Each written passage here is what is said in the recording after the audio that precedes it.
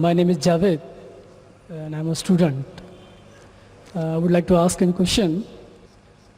At one place, the Holy Quran states that man is created from sperm, which is inconsistent with modern science. But at another place, it also states that man is made from dust. Now, isn't the Holy Quran contradicting itself? Or is it consistent with modern science? The brother posed the question that one place the Holy Quran says that human beings have been created from sperm, which consists with modern science. The other place, human being is created from dust. Can you prove it scientifically it's created from dust? And isn't there a contradiction? One place sperm, one place it says dust. The Holy Quran does say, as I mentioned in my talk, in Surah Qiyamah, chapter 75, verse number 37 to 39, it says that human beings have been created from sperm, which has been proved by science. The Holy Quran also says in Surah Hajj, chapter 22, verse number 5, that we have created the human beings from a quintessence of dust. Today science tells us that all the elements that are there in the human body, they are present in lesser or greater quantity in the soil, in the earth. So the statement that human beings have been created from earth is scientifically proven. That whatever components are there in the human body, the constituent, the elements, they are present in the earth, in the soil, in lesser or greater proportion. The second part of the question, isn't it a contradiction? One place the Quran says man is created from sperm, one says from dust. Is it a contradiction? See, a contradiction is two statements which are conflicting with each other, which cannot take place simultaneously. The Quran does not only say man has been created from sperm and the other place from dust. It also says in Surah Furqan, chapter 25, verse 54, that man has been created from water. You will tell me there are three contradictions. See, science has proven that man has been created from dust, as well as from sperm, as well as from water. If I tell you in one statement that to make a cup of tea, I require water. In the second statement I say, to make a cup of tea, I require tea leaves or tea powder. It's not a contradiction. I require both. If I want to make sweet tea, I add sugar to it. If I want to make panikam tea, I add less water and more milk. If I want to make Sulaimani tea, I add only water. So there is no contradiction when the Quran says human being is created from sperm and dust and water. It is actually contradistinction. What is the meaning of contradistinction? Contradistinction means speaking two or more things about a subject which are not conflicting with each other.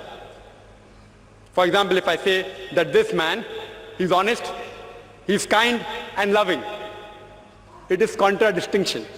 But if I say this man is always a liar and a truthful person, then it's contradiction, because both are opposing. If it's not opposing, it's called as contradistinction.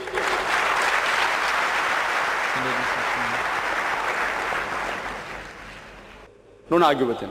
Continue. How was the universe initially? What is celestial matter? He will tell you, it was smoke. How did you come to know? We have got proof, we have got evidence. You tell him, Quran mentioned this 14 years ago. Who could have mentioned that? He will hesitate. Don't wait for response. Continue. Keep on posing question after question. All that I give in the lecture, keep on posing one question after the other. That water cycle, how do we come to know about it? Quran mentioned 14 years ago about every living thing made from water. Who could have mentioned that? Quran speaks about botany, the male and female. Who could have mentioned that? Pose one after the other and ask the question, who could have written that? Then you tell him that there is a theory known as theory of probability. That if you have two choices, out of which one is right, the chances that you will make the correct choice just at random is 1 in 2. For example, if I toss a coin, it can either be heads or tails. The chances that I'll be right will be 1 in 2.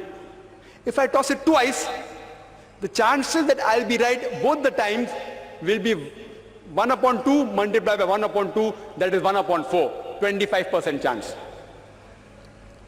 If I toss it thrice, chances I'll be right all 3 times, 1 upon 2 multiplied by 1 upon 2 multiplied by 1 upon 2, it's 1 upon 8, 12.5%. A dice has got 6 sides. If I throw a dice, the chances that at random I'll be correct is 1 upon 6. If I throw it twice, the chances that both the time I'll be right will be 1 upon 6 by 1 upon 6, 1 upon 36. This is called as theory of probability. If I throw the dice twice and then toss a coin, all 3 being right will be 1 upon 6 by 1 upon 6 by 1 upon 2 is 1 upon 72.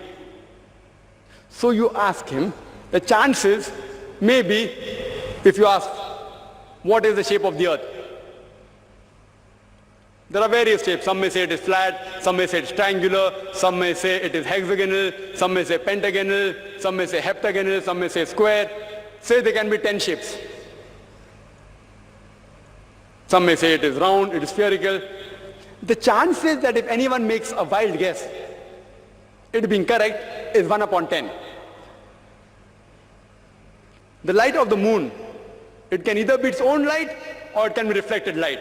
The chances that you make a wild guess and it being correct will be 1 upon 2. The chances that both shape of the earth and light of the moon being reflected light, both being correct, if you make a wild guess, it will be 1 upon 10 multiplied by 1 upon 2, it is 1 upon 20. What can the living creatures be made of?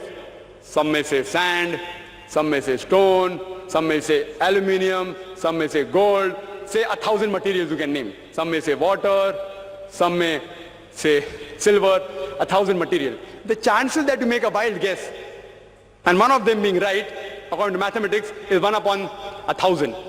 The chances that all 3 being correct, the earth is spherical, light of the moon is reflected light, and every living creature created from water is correct, will be 1 upon 10 multiplied by 1 upon 2 multiplied by 1 upon 1,000. Answer comes to 1 upon 20,000 or 0.005%. Quran speaks about scientific science more than 1,000 verses. In 3 verses, the answer comes to 0.05%. If you apply probability theory to all this being at random chance, it will come to 0, negligible. And in maths, anything 1 in 10 raised to 50, it's equal to 0. So you ask your atheist friend, who could have written this? The only answer he can give you is this first answer, the creator, the manufacturer, the person who has produced it. That's the only answer, there's no other answer. What science is saying today is they are not eliminating God. They are eliminating models of God.